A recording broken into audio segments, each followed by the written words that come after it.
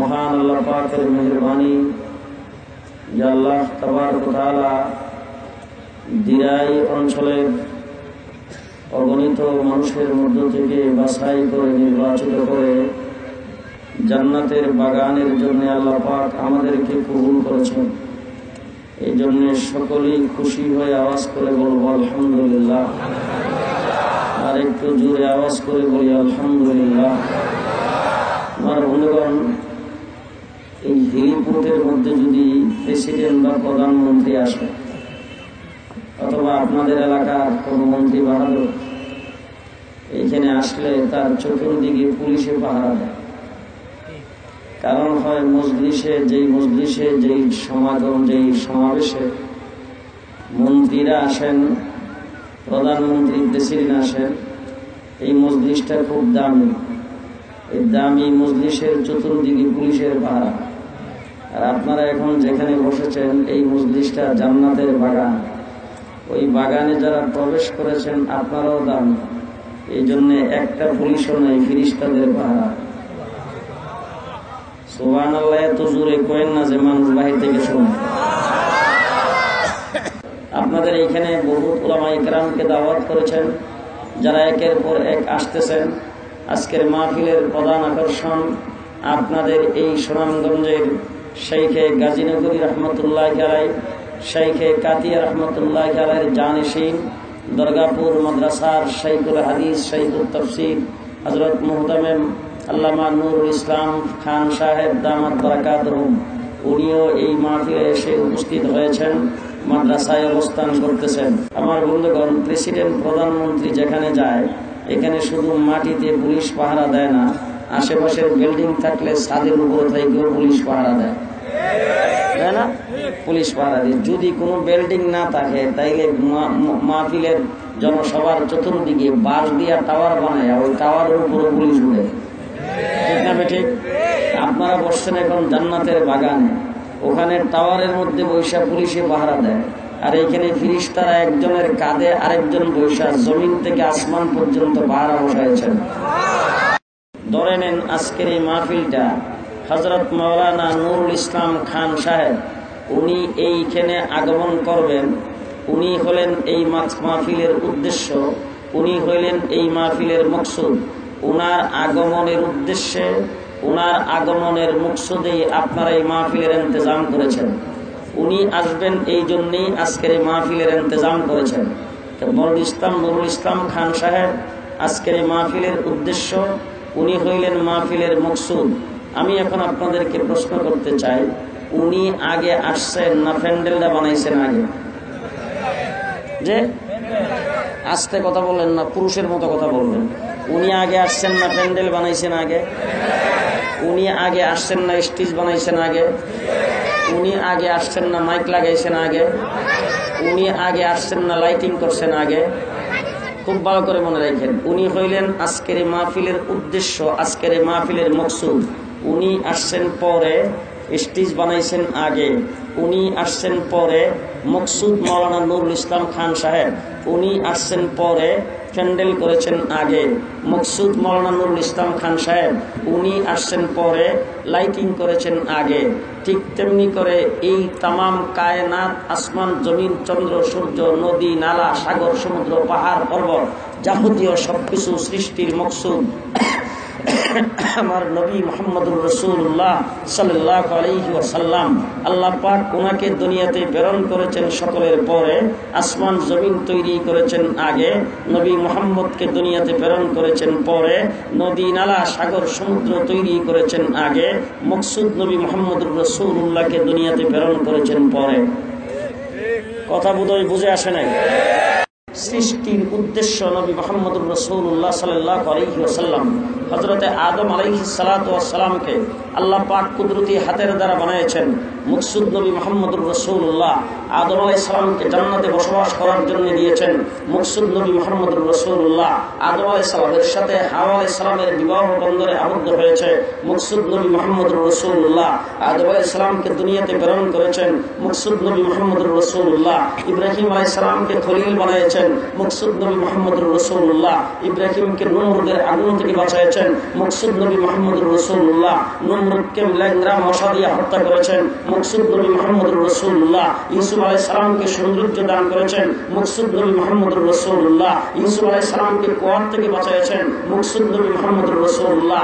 ইউসুফকে কুয়ার থেকে উঠাইয়া মিশরের বাদশা বানিয়েছেন মকসুদ নবী মুহাম্মদুর রাসূলুল্লাহ। ইউসুফকে ইয়াকুব আলাইহিস সালামের কাছে ফিরিয়ে দিয়েছেন মকসুদ নবী মুহাম্মদুর রাসূলুল্লাহ। ইউনূস আলাইহিস সালামকে মাছের পেটের থেকে বাঁচাইছেন মকসুদ নবী মুহাম্মদুর রাসূলুল্লাহ। নূহ আলাইহিস সালামকে কিস্তিতে উঠাইয়েছেন মকসুদ নবী মুহাম্মদুর রাসূলুল্লাহ। মুসা আলাইহিস সালামের সাথে কুহে তুহে কথা বলেছেন মকসুদ নবী মুহাম্মদুর রাসূলুল্লাহ। সুলাইমান আলাইহিস সালামকে রাজত্ব দান করেছেন মকসুদ নবী মুহাম্মদুর রাসূলুল্লাহ। দাউদ আলাইহিস সালামের হাতে লোহাকে নরম করে দিয়েছেন মকসুদ নবী মুহাম্মদুর রাসূলুল্লাহ। ঈসা আলাইহিস সালামকে বিনা বাপে মারিয়ামের ঘরে জন্ম দিয়েছেন মকসুদ নবী মুহাম্মদুর রাসূলুল্লাহ। ঈসা আলাইহিস সালামকে আসমানে উঠিয়ে নিয়েছেন মকসুদ নবী মুহাম্মদুর রাসূলুল্লাহ সাল্লাল্লাহু আলাইহি ওয়াসাল্লাম। মকসুদ নবী মুহাম্মদুর রাসূলুল্লাহ সাল্লাল্লাহু আলাইহি ওয়াসাল্লাম। এখন মকসুদটা আগে না পরে? মকসুদ পরে। আজকের মাহফিলের মকসুদ এবং উদ্দেশ্য হলো মাওলানা নুরুল ইসলাম খান সাহেব। উনি কি এখন আসতেছেন না পরে? জি, আপনারা আসছেন আগে, উনি আসবেন পরে। দৃষ্টান্ত আরেকটা দিলে আর একটু ভালো করে বুঝে আসবে। আপনাদের ক্ষেতের মধ্যে এখন ধান রইতেছে, আমি জিজ্ঞেস করতে চাই ধান আগে না চাউল আগে? ধান আগে, কথা বুঝে না? ধান আগে, চাউল পরে। কিন্তু উদ্দেশ্য কি? যে উদ্দেশ্য হইল চাউল। আমাদের দেশের সিস্টেমে আমি আপনাদেরকে বলবো, সর্বপ্রথম দান্ডারে পানি দিয়ে ভিজায় তারপরে এটা চাপা দিয়ে জাগ দিয়ে রাখার পরে 2 দিন বের হয়, 2 দিন পরে বের হয় গেরা বুঝেন তো? আপনাদের দেশে গেরারে কি কই জানি না, গেরা বুঝেন তো? গেরা বের হয়। গেরা যে বের হয়েছে, গেরা বের হইলে কি কেউ খায়? জি, গেরা বের হয়েছে, মকসুদ হলো চাউল। এরপরে এটি গেরাটাকে নিয়ে তারপরে কাদা মাটির মধ্যে ফেলাইছে জ্বালা, মকসুদ হইল চাউল। জ্বালাটা একটু বড় হওয়ার পরে উঠায় নিয়ে ক্ষেতের মধ্যে লাইন দিয়ে লাগাইছে, মকসুদ হইল চাউল। এরপরে সার দিছে, গোবর দিছে, পানি দিছে, আগাছা পরিষ্কার করছে, হুইটার দিছে, মকসুদ হইল চাউল।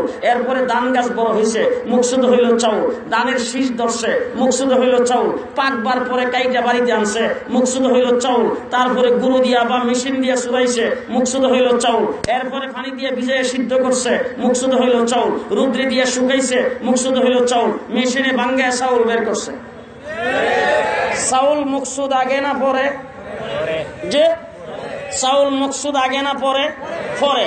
এবার প্রশ্নের জবাব দিবেন আপনারা, কারণ ওয়াজ অর্ধেক আপনারা করবেন, অর্ধেক আমি করব। সব ওয়াজ আমি করলে কালকে যদি আমার বিরুদ্ধে কেস করে দেয়, তাইলে আপনারা সবাই আসামি হইবেন না। এখন আমি আপনাদেরকে আসামি বানাইতে চাই।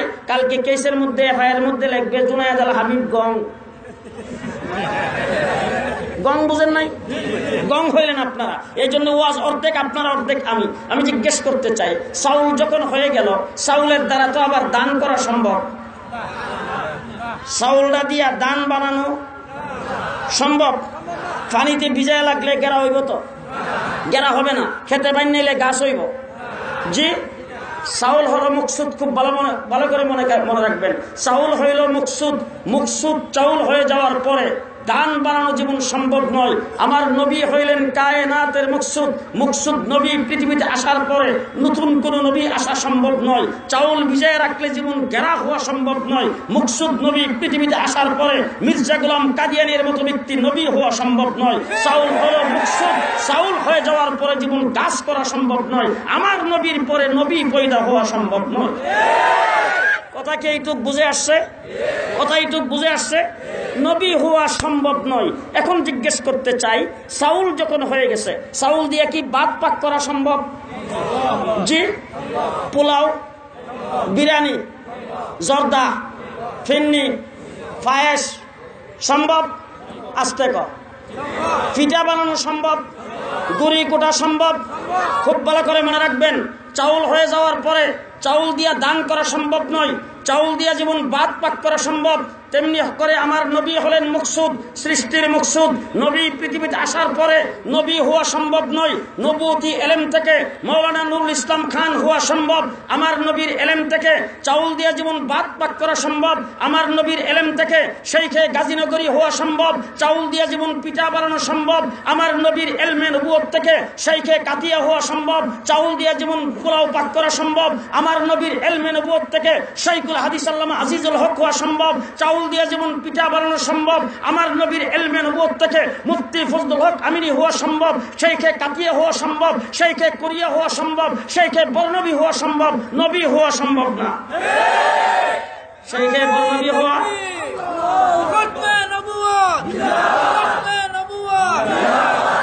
এখন আমার ভাইরা নবী দুনিয়াতে আর আসবে না, আমরা সবাই তো জান্নাতে যাইতে চাই। আরো আসতে কইেন, মানুষ সবাই জান্নাতে যাইতে চাই। জান্নাতে যদি যাইতে চান তাইলে কানেকশনটা কোথায় থাকতে হবে খুব ভালো করে বুঝেন।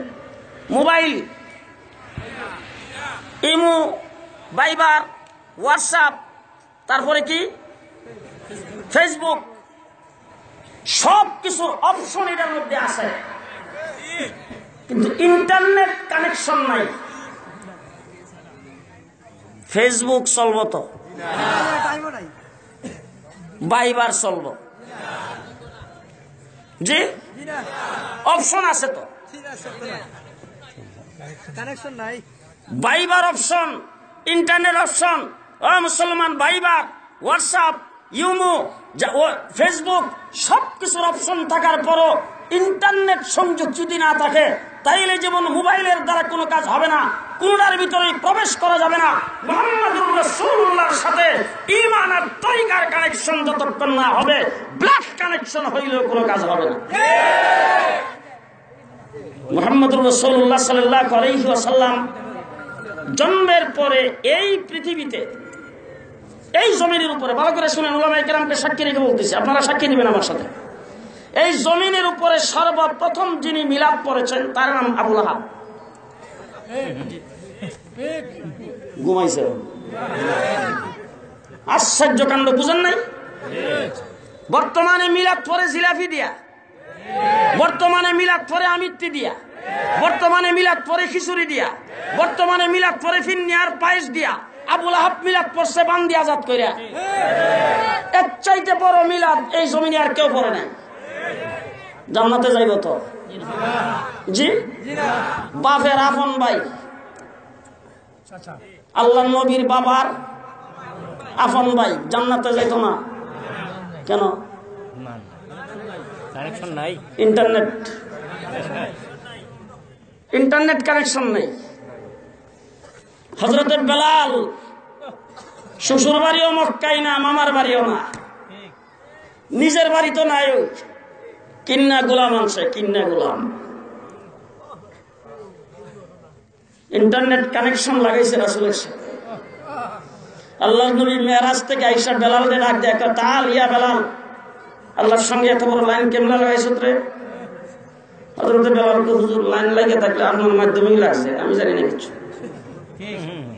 লাইন লাগে থাকলে আপনার মাধ্যমেই লাগছে, হুজুর আমি কিছু জানি না। বলে জান্নাতের মধ্যে হাঁটতেছি আর আমি দেখি তুই আমার আগে আগে হাঁটাস। কানেকশন মুহাম্মদুর রাসূলুল্লাহ সাল্লাল্লাহু আলাইহি সাল্লামের সাথে। খুব ভালো করে মনে রাখবেন, বর্তমান পৃথিবীতে মুহাম্মদুর রাসূলুল্লাহ সাল্লাল্লাহু আলাইহি ওয়াসাল্লামকে আল্লাহ পাক যে উদ্দেশ্যে সৃষ্টি করেছেন, হুজুরকে যে উদ্দেশ্যে পৃথিবীতে প্রেরণ করেছেন, হুজুর সাল্লাল্লাহু আলাইহি সাল্লাম যেই দ্বীন নিয়ে পৃথিবীতে আসছেন, যেই সুন্নত তরিকা উম্মতের জন্য রেখে গেছে, সেই দ্বীনের উপরে, সেই সুন্নত তরিকার উপরে আমার নবী সাল্লাল্লাহু আলাইহি ওয়াসাল্লাম যেই মিশন নিয়ে পৃথিবীতে আসছেন, এই মিশন নিয়ে বর্তমান পৃথিবীতে দায়েম এবং কায়েম যদি কোনো গ্রুপ আর কোনো প্ল্যাটফর্ম থাকে, সেই প্ল্যাটফর্মের নাম হলো উলামায়ে দেওবন্দ আর উলামায়ে কওমিয়াত জামাত। পৃথিবীর সব জায়গায় আল্লাহু আকবার, আল্লাহু আকবার, দিন ইসলাম, দিন ইসলাম, উলামায়ে আকানি, উলামায়ে দেওবন্দ, নারায়ে তাকবীর। বর্তমান যুগে রাসূল সাল্লাল্লাহু আলাইহি ওয়াসাল্লাম যেই মুকাম, যেই আসন, যেই পজিশন, যেই বরত্ব, যেই মুকাম দিয়া আল্লাহ আমার আল্লাহ পাকের হাবিবকে দুনিয়াতে প্রেরণ করেছেন, সেই মুকামে, সেই আসনে রাখা যদি নবীকে কেউ ভালোবেসে থাকে, সেই গ্রুপের নাম উলামায়ে দেওবন্দ আর উলামায়ে কওমিয়াত জামাত। আমরা রাসূলকে উপরে উঠাই না, নিচেও নামাই না। তার কারণ হলো আমরা নবী মুহাম্মদুর রাসূলুল্লাহ সাল্লাল্লাহু আলাইহি সাল্লামকে টাকা দামের মিলাদের বই পইরা চিনি না, 30 পারা কোরআন দিয়া চিনি। 1.5 টাকা দামের মিলাদের বই পড়ে বড় বড় গজল টান দিয়া ইয়া নবী সালাম আলাইকা কইয়া আমরা রাসূলকে চিনি না, আমরা 30 পারা কোরআন দিয়ে রাসূলকে চিনি। আমার বন্ধুগণ, মুহাম্মদুর রাসূলুল্লাহ সাল্লাল্লাহু আলাইহি ওয়াসাল্লাম নবী, অন্যান্য নবীগণ নবী, সমস্ত নবীদের ইতিহাস তালাশ করে দেখেন, মুহাদ্দিসিন একরাম এখানে জমা আছে। জিজ্ঞেস করে দেখেন, আদম থেকে শুরু করে ঈসা আলাইহিস সালাম পর্যন্ত যত নবী পৃথিবীতে আগমন করেছেন, সমস্ত নবীদের ইতিহাস তালাশ করলে দেখা যায় কোন নবীর কাছে জিবরাইল আমিন আসছে 1 বার, কারো কাছে আসছে 3 বার, কারো কাছে আসছে 7 বার, কারো কাছে আসছে 10 বার, কারো কাছে আসছে 40 বার, সর্বোচ্চ আসছে 400 বার। আর আমার নবীর 23 বছরের জিন্দেগিতে জিবরাইল আমিন আগমন করছে 24,000 বার। আরো আসতে কইন সুবহানাল্লাহ। কয়বার? কয়বার? এবারে 23 বছরের জিন্দেগি, 23 বছরের দিনগুলি বাক করে যায়, ক্যালকুলেটরে যায় সেটা বিয়োগ দিয়ে দেখেন দৈনিক কয়বার করে পড়ে। কয়বার এসে? 24,000 বার জিবরাইল আমিনকে আল্লাহ রাব্বুল আলামিন বলছেন, তুমি সকাল বিকাল সন্ধ্যা রাত্র দিন 24 ঘন্টা আমার হাবিবের খবর রাখবা। এতভাবে খবর রাখার পরেও আল্লাহ ডাক দিয়ে জিবরাইল তৃপ্তি হয়েছে না, তৃপ্তি হয়নি। বলে কি হয়েছে? বলে আমার হাবিবরে নিয়ে আসো, তোমার মাধ্যমে তৃপ্তি হয়নি, আমার কাছে নিয়ে আসো। মুহাম্মদুর রাসূলুল্লাহ সাল্লাল্লাহু আলাইহি ওয়াসাল্লামকে আল্লাহ রাব্বুল আলামিন জিবরাইল আমিনকে পাঠায়া আল্লাহর দরবারে নিয়ে গেছে।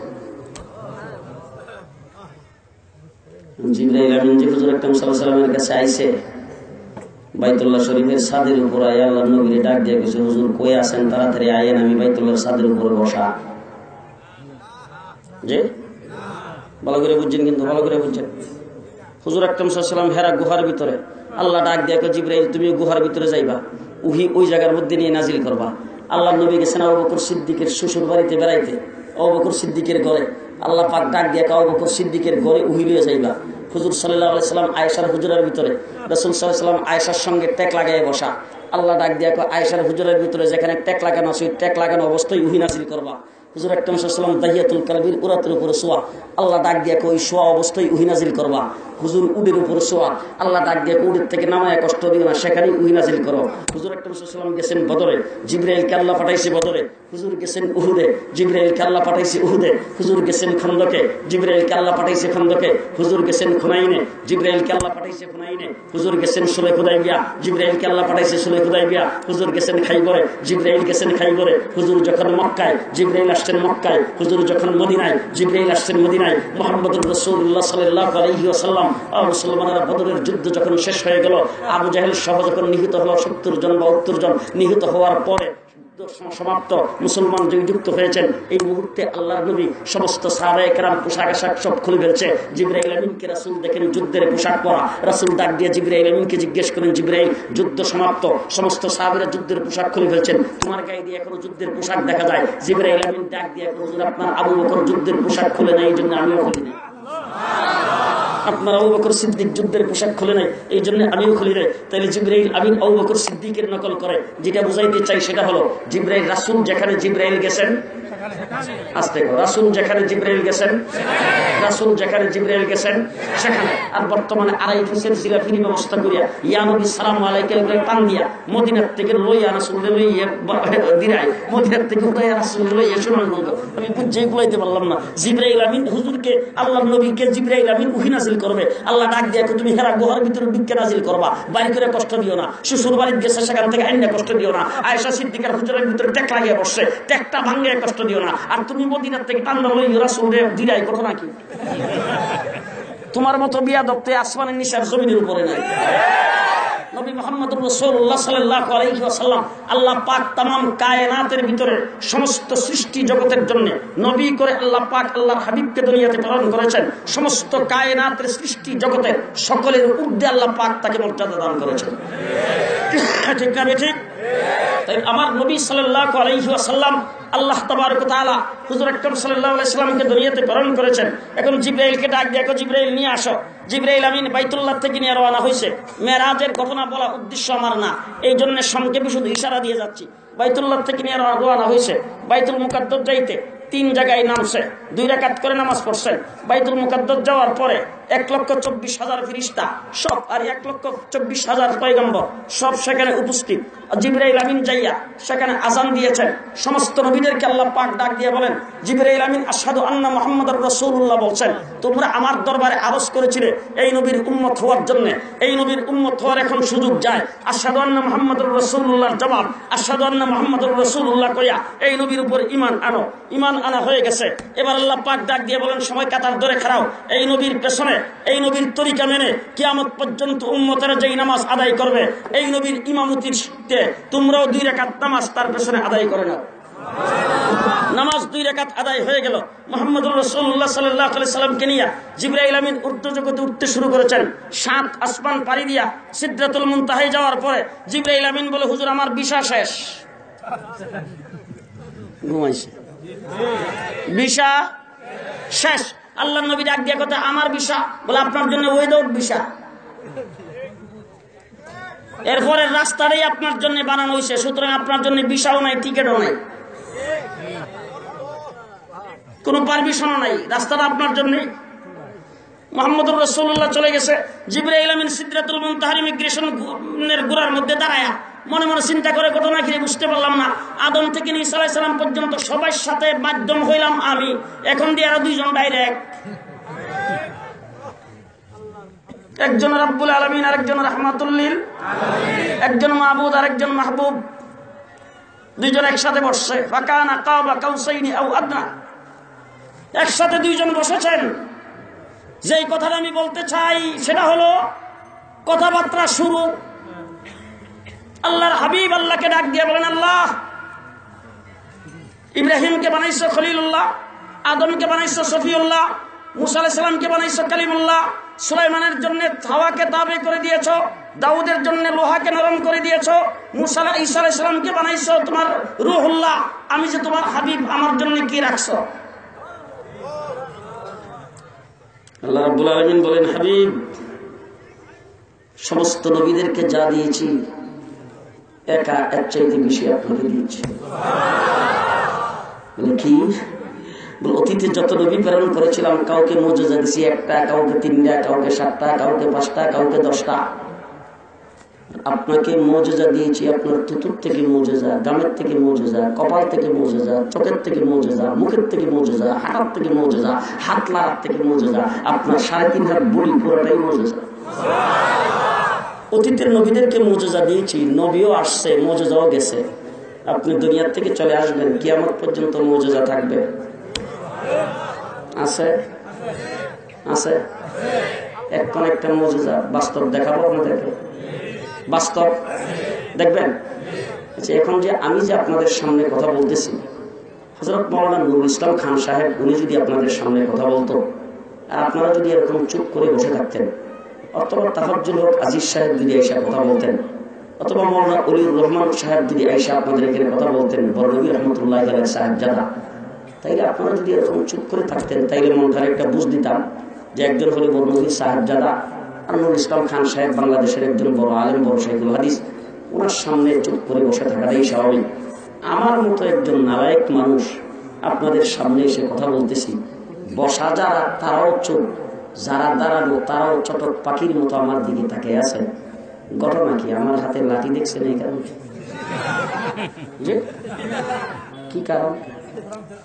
কারণটা হলো আমার নবীর মুজিজা, আমার নবীর মুজিজা। আল্লাহর নবীর সামনে সাহাবায়ে কেরাম এইভাবে বসে থাকতো কিয়ামত পর্যন্ত। ওয়ারাসাতুল আম্বিয়া উলামায়ে কেরামের সামনে এইভাবেই মানুষ বসে থাকবে। টঙ্গীর বিশ্ব ইজতেমায় যায় দেখেন কোথায় থেকে কথা বলতেছে, সেই মাইকেও কেউ দেখে না, মানুষটারও দেখে না। ওই জায়গার মধ্যে দাঁড়ায় 3টা শব্দ বলে, 3টা শব্দ। বড় মুবারক সময় আহাম বয়ান হবে, খামোশ হয়ে যায়। শব্দ কয়টা? মুবারক সময় আহাম বয়ান হবে, খামোশ হয়ে যায়। তিন শব্দ তিনবারের বেশি চতুর্থবার বলা লাগে না, গোটা মাঠের লক্ষ লক্ষ মানুষ সব খামোশ। ঠিক না ঠিক? আল্লাহর নবীর মওজিজা আমি পরিষ্কার ভাষায় বলে যাচ্ছি, আপনাদের এলাকার জনপ্রিয় লিডার বাবু সুরঞ্জিত সেনগুপ্ত, এই দেশের বাংলাদেশের কোন বড় লিডারকে যদি এইখানে নিয়ে আসেন, দিরাইয়ে হোক সুনামগঞ্জে হোক, এর 4 ভাগের 1 ভাগ মানুষ যদি লিডারের বক্তৃতা শোনার জন্য জনসভায় উপস্থিত হয়, কয়েক ডজন পুলিশের মাধ্যমে এইভাবে বসায় রাখতে সক্ষম হবে না। ঠিক না ঠিক?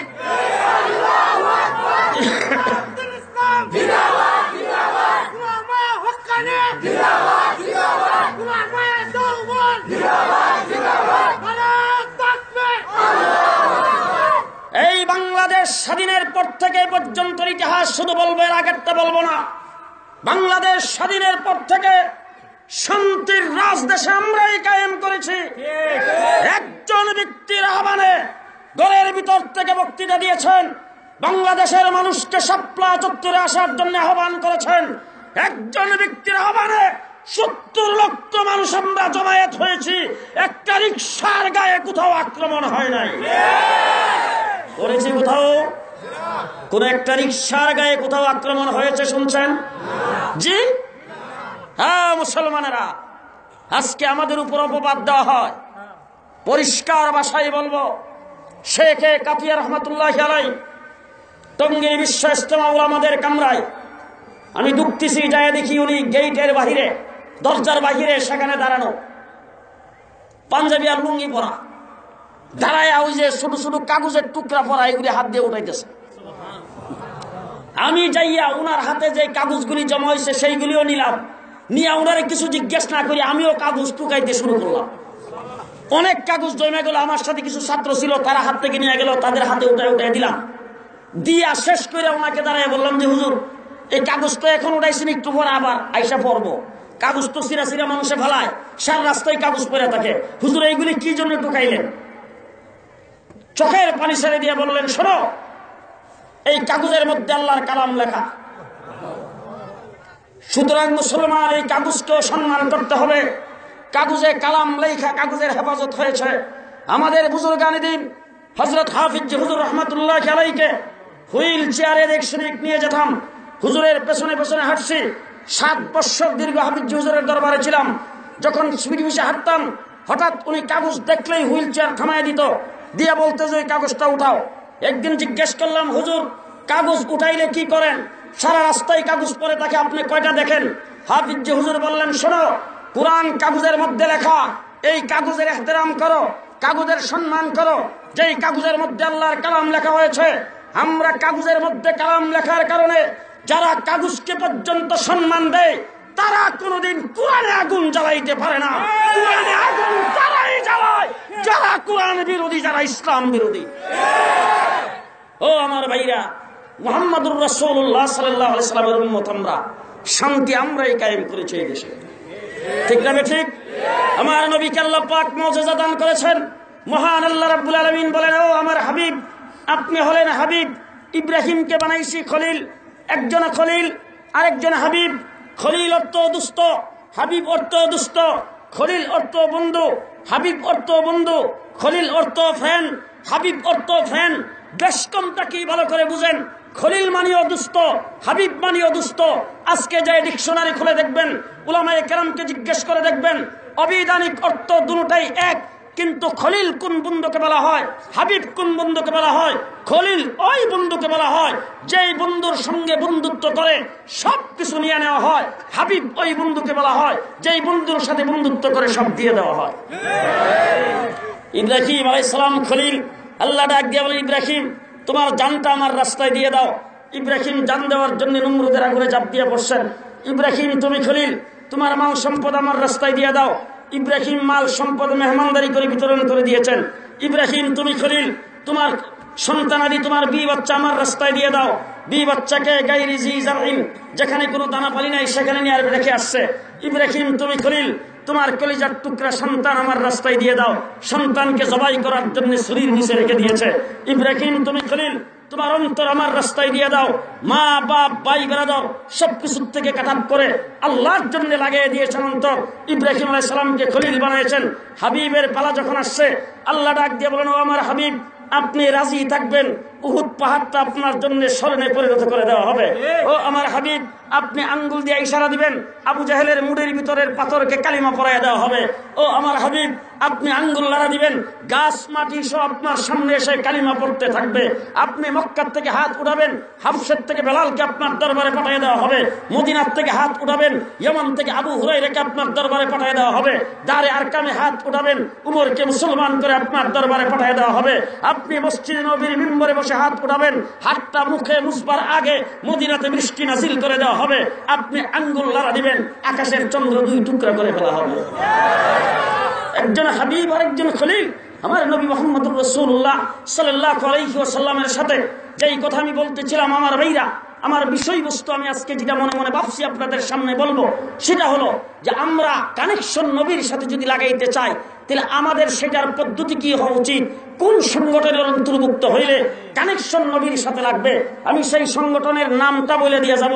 যদি আল্লাহ পাক হায়াতে বাঁচায় রাখে, শরীর স্বাস্থ্য যদি ঠিক রাখে, তাইলে আপনাদের দিরাই মাদ্রাসায় আমার প্রোগ্রাম আছে, যদি আসি ওই দিন বিস্তারিত এই বিষয়ের উপর আলোচনা করব। কারণ মাদ্রাসার মাহফিল, ওখানে যদি আমি কথা বলি, এলমি কিছু মুহাদ্দিস যদি আসে তাইলে তারা ভালো বুঝবেন। এই জন্য আমি সেখানে বলবো।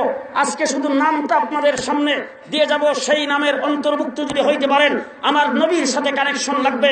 আমরা যারা এখানে আগমন করেছি, যেই যুবকের আজকের মাহফিলের ইন্তজাম করেছেন, এই মাদ্রাসাওয়ালারা যারা মাদ্রাসা কায়েম করেছেন, যারা মাদ্রাসায় পড়ায়, যারা মাদ্রাসায় পড়ে, আল্লাহ মাহমুদ শফি দামাত বারাকাতুহুম একজন মানুষের ডাকে তাহাজ্জুদের সময় যারা রক্ত দিয়েছেন, 70 লক্ষ মানুষ জমায়েত হয়েছেন। আজকে শেখে কোরিয়া দুনিয়াতে নাই, শেখে বর্ণবী নাই, শেখে বাগা নাই, শেখে বিয়ামপুরি নাই, শেখে কাতিয়া নাই।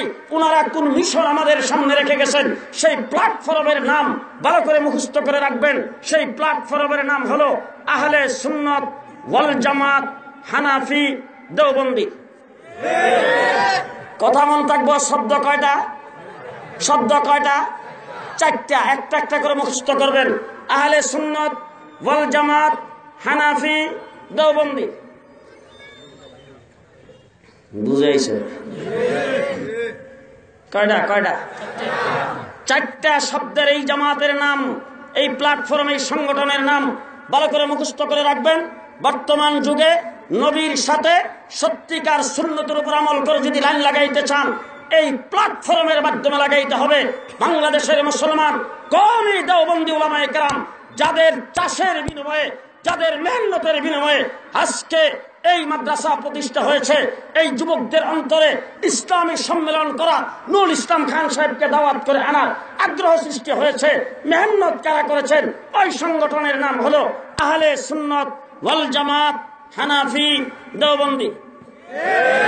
জি, কেডা কেডা আমার এই নামটা সমর্থন করেন, হাত উড়াইয়া দেখান।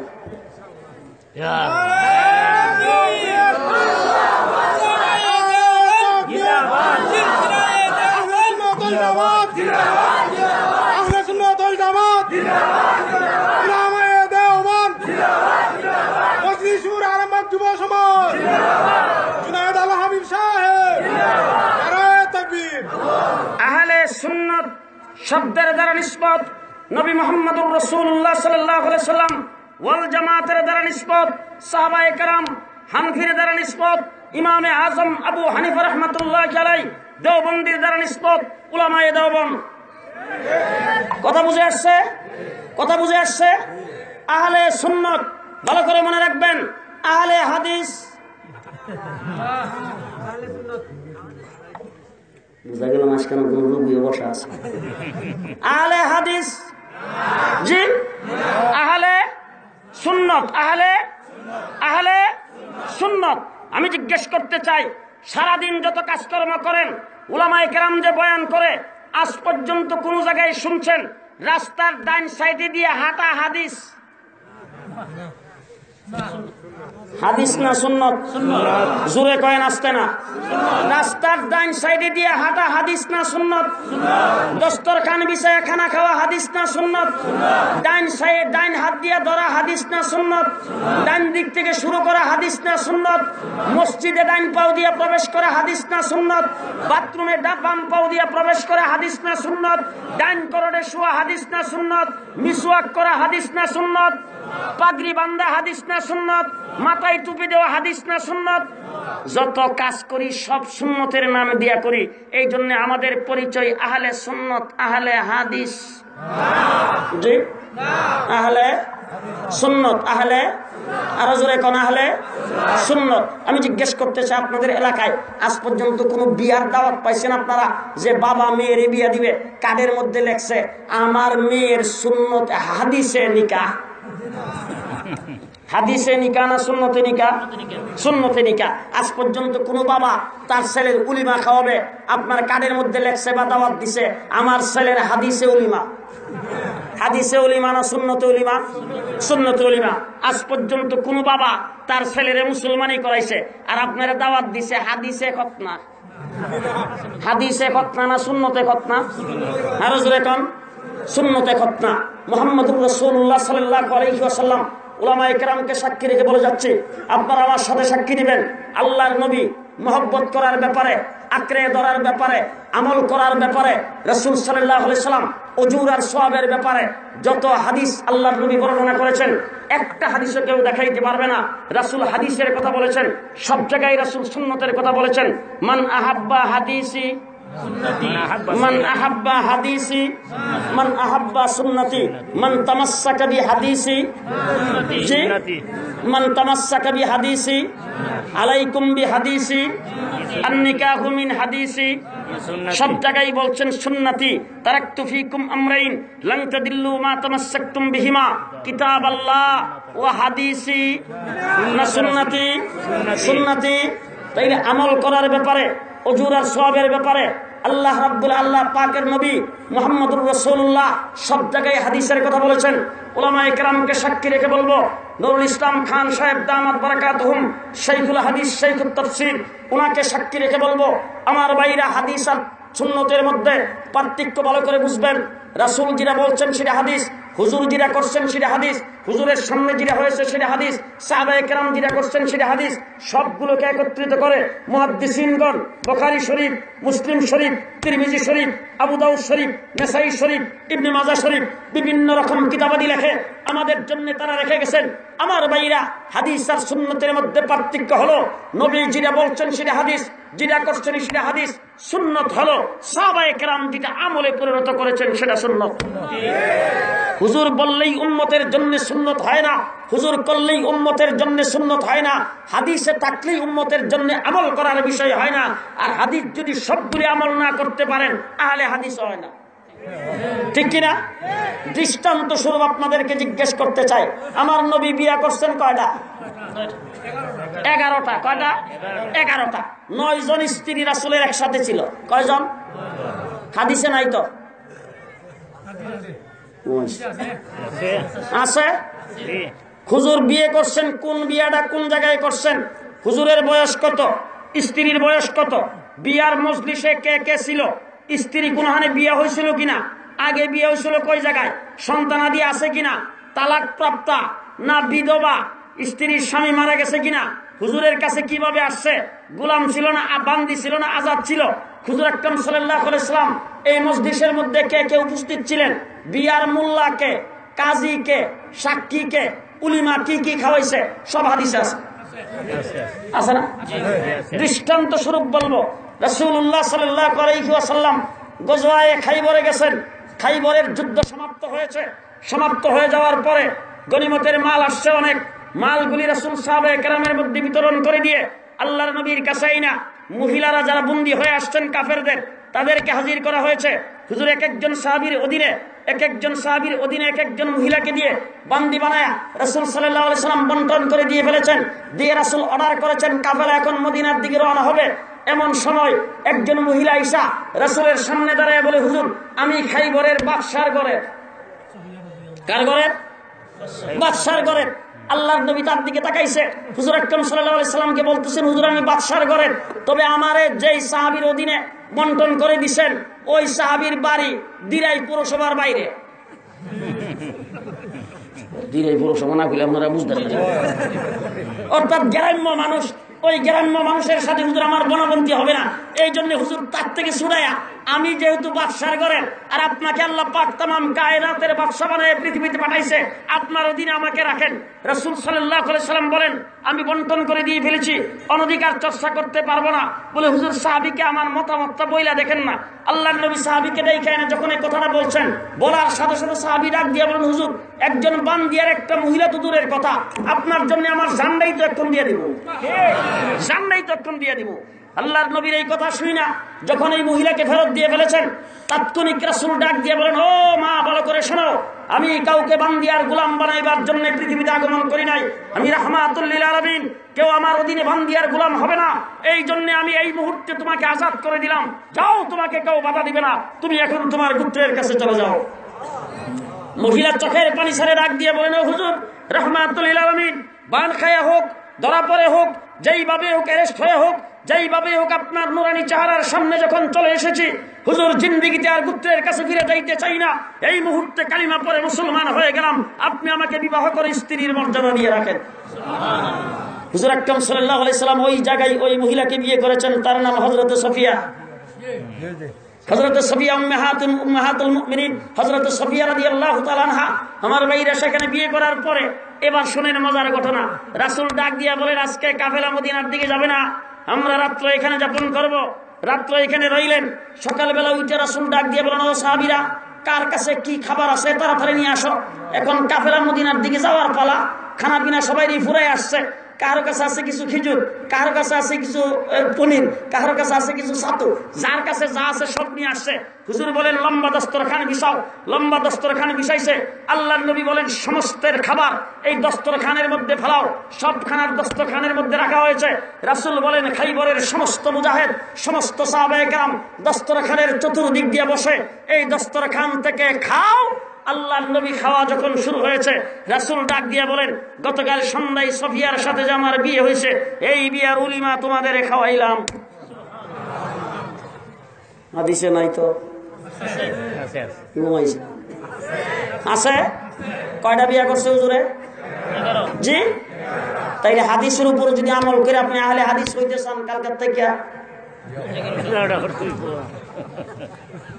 ঘুমাইছে।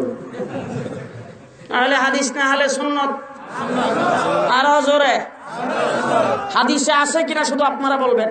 আবু জাহেল রাসূলের দরবারে এসে ডাক দিয়ে বলেন, ভাতিজা তুমি বলে নবী? বলে হ, যদি নবী হয়ে থাকে একটা অলৌকিক ঘটনা দেখাও। আল্লাহর নবীকে চাচা ঘটনা কি জমিনে দেখাবো না আসমানও? আবু জাহেল উঠে কো, ভাতিজা আমি তো জমিনের কথাই ভাবছিলাম, তুমি যখন আসমানের কথা মনে করাইছো তা আসমানে দেখাইলে তো ভালোই হয়। রাসূল সাল্লাল্লাহু আলাইহি ওয়াসাল্লাম খোলা আকাশের নিচে যাইয়া আঙ্গুলটা এইভাবে ইশারা দিছে, আকাশের চন্দ্র দুই টুকরা হয়ে গেছে। হাদিসে নাই তো? জি আছে। তাইলে এই হাদিসের উপর আমল না করলে আহলে হাদিস হওয়া যাবে না।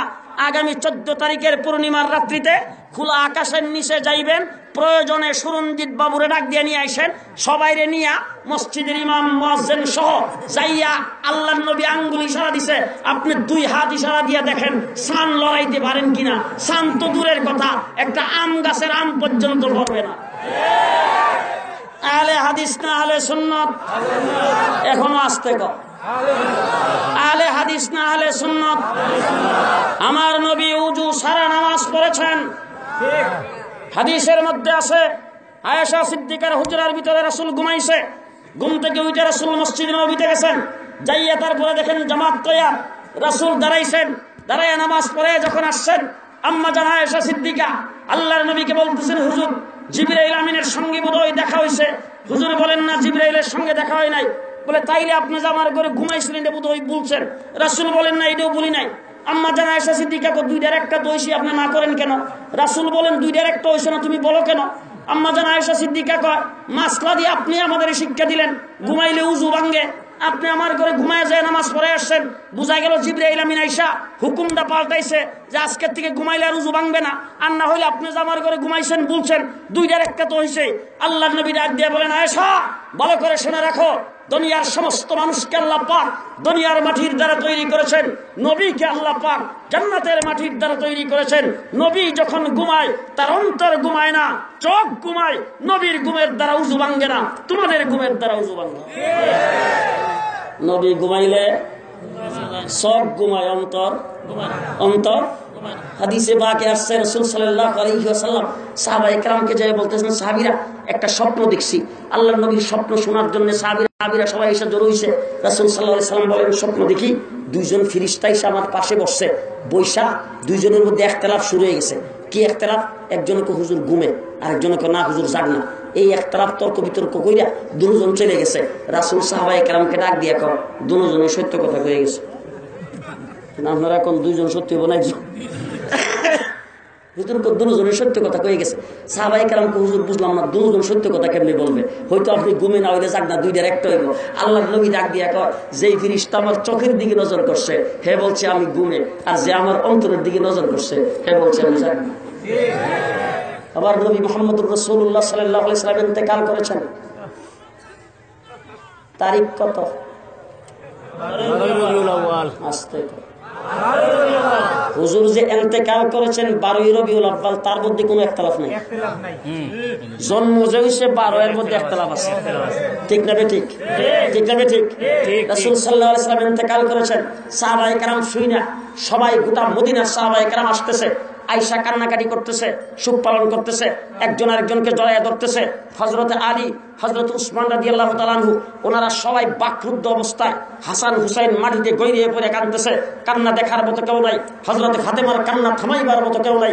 ওই অবস্থায় হযরত উমর ইবনুল খাত্তাব আসছে। আয়েশা দেখেও বাইর হয়ে গেছে, বাইরে তলোয়ার নিয়ে ডাক দিয়ে বলেন, আল্লাহর নবী ইন্তেকাল করেছেন, এই কথা যদি আমার সামনে কেউ বলে আযরিবু উনকাহু, এক্ষুনি তার গর্দান কেটে ফেলবো। আমার ভাইরা মুহাদ্দিসিনগণ বলেছেন, সমস্ত সাহাবায়ে কেরাম যাইয়া রাসূলের চোখের দিকে নজর করেছেন, উমর ইবনুল খাত্তাব যাইয়া রাসূলের অন্তরের দিকে নজর করেছেন। তাহলে নবী ঘুমাইলে চোখ ঘুমায়, অন্তর ঘুমায় না। এক কথাই বলতে চাই, আপনাদের নূর ইসলাম খান সাহেব যখন ঘুমায়, ওনার মুহতামিমিও ঘুমায়, শাইখুল হাদিসগিরিও ঘুমায়। আপনাদের মুহাদ্দিস সাহেব যখন ঘুমায়, মুহাদ্দিসিও ঘুমায়। মেম্বার ঘুমাইলে মেম্বারিও ঘুমায়, চেয়ারম্যান ঘুমাইলে চেয়ারম্যানও ঘুমায়, প্রফেসর ঘুমাইলে প্রফেসরিও ঘুমায়, উকিল ঘুমাইলে উকিল মুক্তারিও ঘুমায়। আমার বাইরে ইমাম সাহেব যদি ঘুমায় তার ইমামতিও ঘুমায়, পীর সাহেব ঘুমাইলে তার পীরগিরিও ঘুমায়। নবী যখন ঘুমায় তার নবুয়ত ঘুমায় না। কথা কি বুঝে আসছে? তাহলে নবী ঘুমাইছে, ঘুম থেকে উঠতে যায় উজু করেছে। এখন আমরা ঘুমাইলে উজু ভাঙে তো? তাহলে এটা হাদিসের মধ্যে আছে, হুজুর ঘুম থেকে উঠতে যায় নামাজ পড়ছে উজু না কইরা। আপনি ওই হাদিসের উপর আমল না করলে কেমনে আপনি আলে হাদিস হইবেন? কালকার থেকে আপনিও ঘুমায়া আলে হাদিস না আলে সুন্নাত? হ্যাঁ, আলে হাদিস না আলে সুন্নাত? কথা মনে থাকবো তো? জি, কথা মনে থাকবো। আহলে সুন্নাতুল জামাত আমাদের পরিচয়, আমরা আহলে সুন্নাত। ঠিক না ঠিক? আহলে সুন্নাত, শেখে কাতিয়া আহলে সুন্নাত, শেখে গাজীনগরী আহলে সুন্নাত, শেখে কোরিয়া আহলে সুন্নাত, শেখে বরনবী আহলে সুন্নাত, শেখে বাগা আহলে সুন্নাত, শেখে বিয়ামপুরি আহলে সুন্নাত। আমার ভাইরা সিলেটের আধ্যাত্মিক নগরীর সমস্ত বুজুর্গানে দিন আহলে সুন্নাতুল জামাতের মানে অন্তর্ভুক্ত ছিলেন। দেওবন্দ দারুল উলুম মাদ্রাসা কুতুবে আলম হুসাইন আহমদ মাদানী, যিনি একাধারে 4 বছর এই সিলেটের মধ্যে হাদিস পড়াইছেন, 18 বছর রাসূলের রওজার কিনারে বসে হাদিস পড়াইছেন। উনি আহলে সুন্নাত। আনোয়ার শাহ কাশ্মীরি বিশ্ববিখ্যাত মুহাদ্দিস, আহলে সুন্নাত, বিশ্ববিখ্যাত আধ্যাত্মিক নেতা আল্লামা হাকিমুল উম্মত আশরাফ আলী থানভী রাহমাতুল্লাহ আলাইহি, আহলে সুন্নাত। রশিদ আহমদ গঙ্গোহী আহলে সুন্নাত। হাজী আহমদুল্লাহ মহাজের মক্কি আহলে সুন্নাত। ফেডের মধ্যে বুম মারলে একটা সুন্নাত বের হবে না, উসা জুরি টুহি মাথার মধ্যে লাগায়া ইয়া নবী সাল্লাল্লাহু আলাইহি গায়ে টান দিয়া ওরি বাবারি বাবা হালি বাংলাদেশের আহলে সুন্নাত না, বিশ্ব আহলে সুন্নাত আশিকে রাসূল। নাউযুবিল্লাহি মিন যালিক। সুন্নি কারে কয়? হাজী আহমদুল্লাহ মহাজের মক্কি রাহমাতুল্লাহ আলাইহি হিজরত করে চলে গেছেন মক্কায়।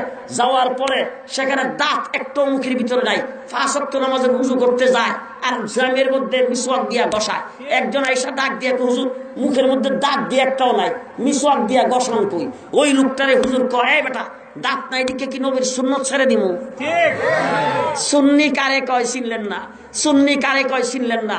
হযরত রশিদ আহমদ গঙ্গোহী রাহমাতুল্লাহ আলাইহি, হাজী আমদাদুল্লাহ মুহাজির মক্কি রাহমাতুল্লাহ আলাইহির খলিফা, হাজী আমদাদুল্লাহ মুহাজির মক্কি রাহমাতুল্লাহ আলাইহির খলিফা রশিদ আহমদ গঙ্গোহী রাহমাতুল্লাহ আলাইহি, রশিদ আহমদ গঙ্গোহী রাহমাতুল্লাহ আলাইহির খলিফা হলেন হুসাইন আহমদ মাদানী রাহমাতুল্লাহ আলাইহি। হুসাইন আহমদ মাদানীর খলিফা শেখ ইমাম বারী দামাত বারাকাতুহুম।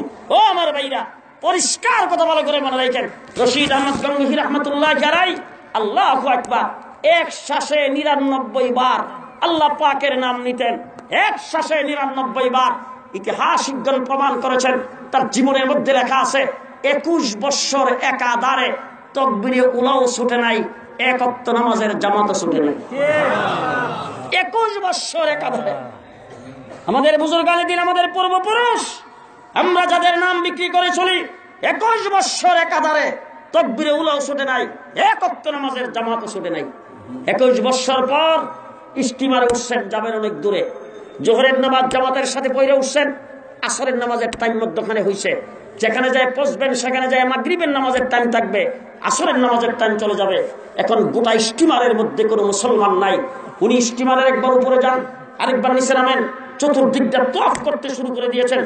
স্টিমারের যিনি চালক, তিনি তাকে দেখে বলতেছেন, মৌলানা সাহেব ঘটনা কি? আপনি এইভাবে তওয়াফ করতেছেন, এইভাবে ঘোরাফেরা করতেছেন, একবার উপরে যান একবার নিচে যান, আপনার কি পেট ব্যথা শুরু হয়েছে নাকি? আপনার শরীর খারাপ লাগতেছে নাকি? রশিদ আহমদ গঙ্গোহী রাহমাতুল্লাহ আলাইহি বলেন, বাবা স্টিমারের মধ্যে কোনো মুসলমান নাই, আর তুমিও খ্রিস্টান, আমি যেটার জন্য ঘুরতেছি সেটা তোমার কাছে বললে কোনো লাভ হবে না। সেই ব্যক্তি ডাক দিয়া কয়, আমি স্টিমারের চালক, আপনার যদি কোনো বিপদ হয় দায় দায়িত্ব আমার, আপনি আমার কাছে বলবেন না, বলবেন কার কাছে? বলেন আপনার কি হয়েছে। উনি চোখের পানি ছেড়ে দিয়ে বললেন, বাবা শোনো, 21 বৎসরের ভিতরে একদিনও আমার তাকবীরে উলা কাজা হয় নাই, নামাজের জামাত আমার ছুটে নাই। আজকে তোমার স্টিমারে উঠার কারণে আমার নামাজের জামাত ছুটতেছে, তাকবীরে উলা ছুটতেছে, সূর্য অস্ত চলে যেতেছে, আসরের নামাজের টাইম চলে যেতেছে, আমি নামাজের জামাত পড়তে পারবো না, তাকবীরে উলা পাবো না। চোখের পানি ছাইরা দিয়ে যখন এই কথা বলছেন, স্টিমারের চালক সাথে সাথে বলছেন, মৌলানা সাহেব 21 বৎসর আপনার তাকবীরে উলার জামাত ছুটে নাই, এখনো ছুটবে না, কালিমা পড়ে মুসলমান হয়ে গেলাম, আমাকে মুক্তাদি বানায় আপনি নামাজের জামাত কায়েম করেন। এই ছিল আমাদের আকাবিরে দিন, তারা ছিল আহলে সুন্নাত ওয়াল জামাত। কোন জামাত? জি, আহলে হাদিস। আহলে হাদিস মুসলমান 2 নম্বর, 1 নম্বর হলো আহলে সুন্নাত, 2 নম্বর হলো ওয়াল জামাত। সাহাবায়ে কেরামের দিকে আমাদের নিসবত, সাহাবীদের যেই তরিকা আমরারও সেই তরিকা। সংক্ষেপে একটা কথা বলবো খালি, এরপরে শেষ। উলামায়ে কেরামকে সাক্ষী রেখে 1,24,000 সাহাবায়ে কেরামের ভিতরে সবচাইতে বড় আলেম হলেন হযরত আবু বকর সিদ্দিক। সবচাইতে বড় আলেমকে আরো জোরে কম, আবু বকর সিদ্দিক।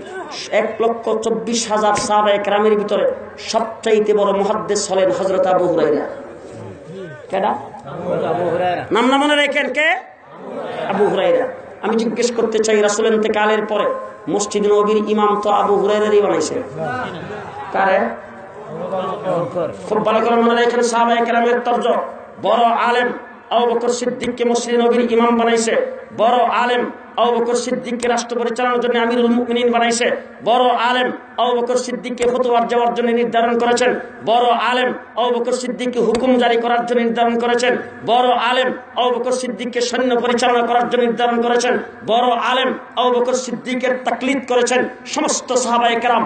আর মুহাদ্দিস হিসাবে হযরত আবু হুরায়রাকে মুহাদ্দিস হিসাবে মানছেন।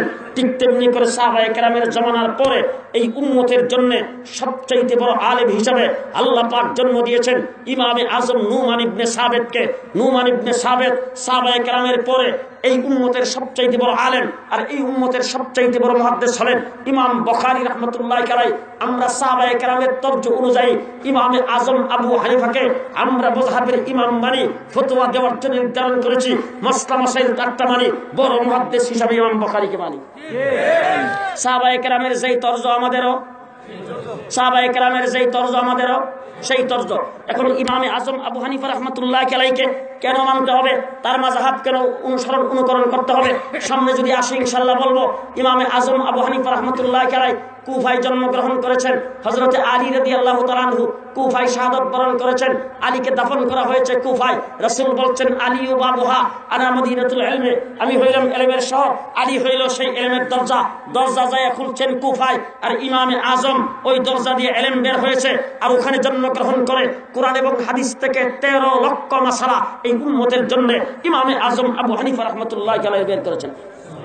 আমার ভাইরা ইমাম সুয়ুতি রাহমাতুল্লাহি আলাইহি লিখছেন ইন্না আউয়ালা মান দাব্বানা শরিয়াতি ইন্না আউয়ালা মান দাব্বানা ইলমুশ শরিয়াতি রাত্তাবাহু আবওয়াবান ওয়া হুয়া আবু হানিফা ইন্না আউয়ালা মান দাব্বানা ইলমুশ শরিয়াতি রাত্তাবাহু আবওয়াবান ওয়া হুয়া আবু হানিফা।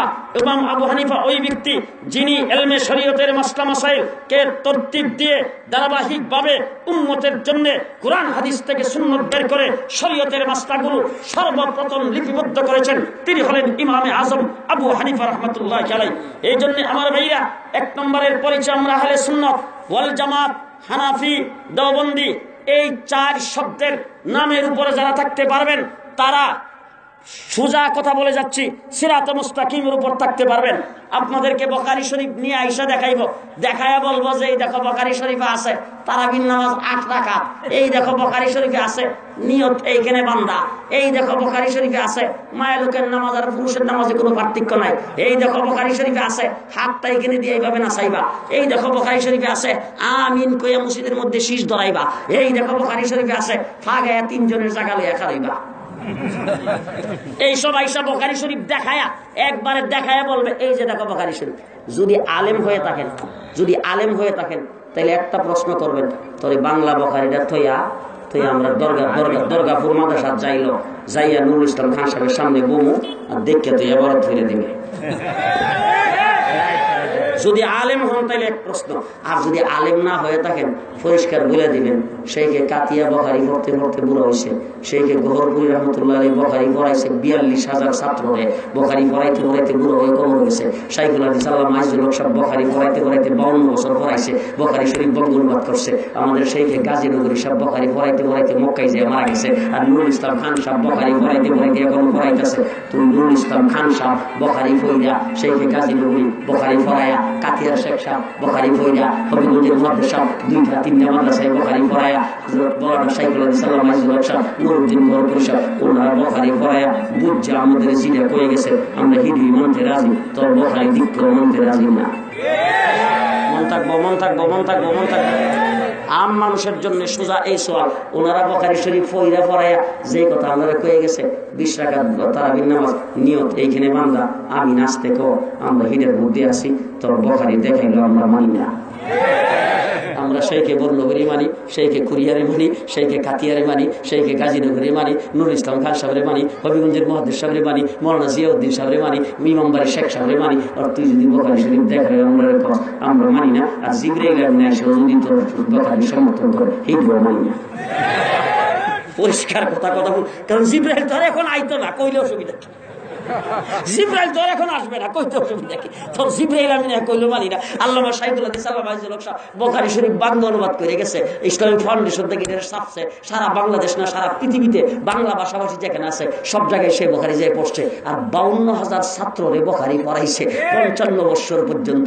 আমাদের ব্রাহ্মণবাড়িয়ার বড় হুজুর 65 বছর একাধারে বুখারী শরীফ পড়াইছে। শাইখুল হাদিস আল্লামা আইজুল হক সাহেব ওনার কাছে পড়ছে।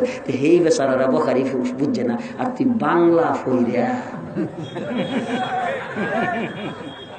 তুই বুঝে লাইছ বেশি, খুব ভালো করে বুঝছে। আমার এই আমেরিকা গেছি, এক মসজিদের মধ্যে বসা, ওখানে এসে ইমাম সাহেবের কাছে একজনে কইতেছে হুজুর এই আমার যে একটা বাতিজা, এই বাতিজাটা রাগ করে বউরে একবার সাফ 3 তালাক করেছে, একবার সাফ 3 তালাক করেছে। ইমাম সাহেব তারা ডাক দেয়, একটা কাজ করেন তালাক যে কইছে এটা কেডা শুনছে ওই সাক্ষীর নামগুলি সহ একটা কাগজের মধ্যে লিখকে নিয়ে আইন, তালাকের ফতোয়া মুখস্থ কইলে হয় না। চলে গেছে ঠিক আমি বসে রয়েছি, আসর নামাজ পড়ে বসছি, ওই লোক এসে নামাজ পড়তো, নামাজ পড়ে বাইরে যাওয়ার সময় ডাক্তার জিজ্ঞেস করতেছে কি ব্যাপার আপনারা 3 দিন আগে এসে একটা ফতোয়া জিজ্ঞেস করছিলেন, আপনি কিছু কইলেন না? হুজুর আমার বাতিজা ওই ইন্টারনেটের মধ্যে ফতোয়া দিন চালাইছে। কই দেখছে? ইন্টারনেটে ফতোয়া দেখছে। ডাক্তার খারাপ করে জিজ্ঞেস করছে ইন্টারনেটে কি ফতোয়া দেখছে? হুজুর একজন ডাক্তার যে আছে তাই বাইন্দা ফিস টিভিতে আয়ে ওই ডাক্তার সাহেব বলছে 3 তালাক যদি রাগ করে একসাথে 3 তালাক দেয়, তাহলে একসাথে 3 তালাক দিলে 3 তালাক হয় না, 1 তালাক হয়। ডাক্তার জাকির নায়েক, শব্দ কয়টা? তিনটা। আল্লামা আছে, মৌলানা, মুফতি, ডাক্তার জাকির নায়েক। ডাক্তারের কাজ হইল প্রস্রাব পায়খানা পরীক্ষা করিয়া মানুষের শরীরের রূপ ধরা, ফতোয়া দেওয়া ডাক্তারের, আরো জোরে, ফতোয়া দেওয়া ডাক্তারের কাজ না, ভালো করে মনে রাখেন। ঠিক না ঠিক? ঠিক না ঠিক? এখন কাজে রাগ কইরা তো 3 তালাকের কথা কইলিছে, রাগ কইরা তালাক দিলে 3 তালাক হয় না। আমি জিজ্ঞেস করতেছি, রাগ করে যে করস ফায়ার দিয়ে মরে না তো? আমরা বাংলাদেশে রাগ করে করস ফায়ার দিলে মরে না তো? জি, চরস ফায়ার দিলেও মরে। আচ্ছা, আমি জিজ্ঞেস করতেছি, আজ পর্যন্ত কোন বেটা বউরে আদর করে তালাক দিছে? বউরে কোলের মধ্যে বয়াইছে, বয়াই মাথার মধ্যে মরাইতেছে, আর বউরে সোনা টোমা খাই বসে, তুমি আমার জানের জান প্রাণের প্রাণ, তোমার দিলাম 3 তালাক। এরকম কইছে? বউরে তো রাগ করেই তালাক দে, রাগের মাথায় তো তালাক দে। ঠিক যাবে ঠিক? আমার ভাইরা, দুনিয়া বড় ফেতনা, খুব ভালো করে মনে রাখবেন। ইহুদি খ্রিস্টান চক্রের মূল মন্ত্র হলো মহিলাদেরকে পুরুষের কাঁধে কাঁধ মিলায় একাকার করে দাও। স্কুলে মহিলাদের সহশিক্ষা, শ্রমিকদের মধ্যে সহ অফিস আদালতের সব জায়গার মধ্যে পোশাক আশাকে মহিলার পুরুষের মধ্যে কোনো ভেদাভেদ নাই, সেখানে নামায় দাও। এখন মুসল্লি যারা পর্দানিসীন তাদেরকে কেমনে লাগাইব? তাদের এজেন্ডের রাস্তার মধ্যে ছেড়ে দিছে, মসজিদের জুমার নামাজও মহিলাদেরকে লইয়াও ঈদগাহের মধ্যে করে দাও। কথা বুঝেন নাই? গোটা পৃথিবীতে 2টা গ্রুপের সবচাইতে বেশি বিরোধিতা চলছে। একটা হলো ইমামে আজম আবু হানিফা রাহমাতুল্লাহি আলাইহি হানফি মাযহাবের, আরেকটা হলো গাট্টিওয়ালা তাবলীগ জামাতের। খুব ভালো করে মনে রাখবেন, এই 2টা বিরোধিতা হওয়ার কারণটা হলো ইমামে আজম আবু হানিফা ওই ব্যক্তি যিনি সর্বপ্রথম নবীর সুন্নতগুলিকে একটা একটা করে কোরআন হাদিস থেকে বের করে এই উম্মতের জন্য লিপিবদ্ধ করেছেন। আর হযরত মাওলানা ইলিয়াস রাহমাতুল্লাহি আলাইহি এই গাট্টিওয়ালা তাবলীগ জামাতের লোকেরা সুন্নতকে মানুষের দুয়ারে দুয়ারে পৌঁছায় দিয়েছেন। 2টা কাজ 2 ব্যক্তি করেছেন। এই জন্য 2টা গ্রুপের সবচাইতে বেশি বিরোধিতা হচ্ছে। আমার ভাইরা, যারা বিরোধিতা করে তাদেরকে বলতে চাই, টঙ্গীর বিশ্ব ইজতেমার মাঠে যেই মানুষ উপস্থিত হয় তাদের উযু ইস্তেঞ্জা করার জন্য যতগুলি লুড়া বদনা, তোমরা যারা তাবলীগের সমালোচনা করো, লুড়া বদনার সমান সংখ্যাও তোমাদের হবে না।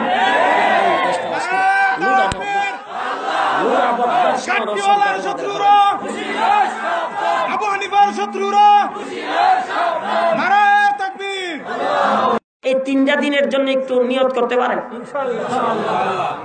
হাত উঠাইছে 3 জন, দেখলে হাতটা উঠে রাখেন, যারা খালি উঠাইছে। 3 দিন মনে থাকবো। আল্লাহ কবুল করুন, ইজতেমাকে আল্লাহ পাক কবুল করুন, গোটা বিশ্বে আল্লাহ পাক তাবলীগের কাজকে আগে বাড়ায় দেন। সকালে বলেন আমিন। ফিতনা ফাসাদ থেকে আল্লাহ হেফাজত করুন। ওয়া আখিরু দাওয়ানা আনিল হামদুলিল্লাহি রাব্বিল আলামিন।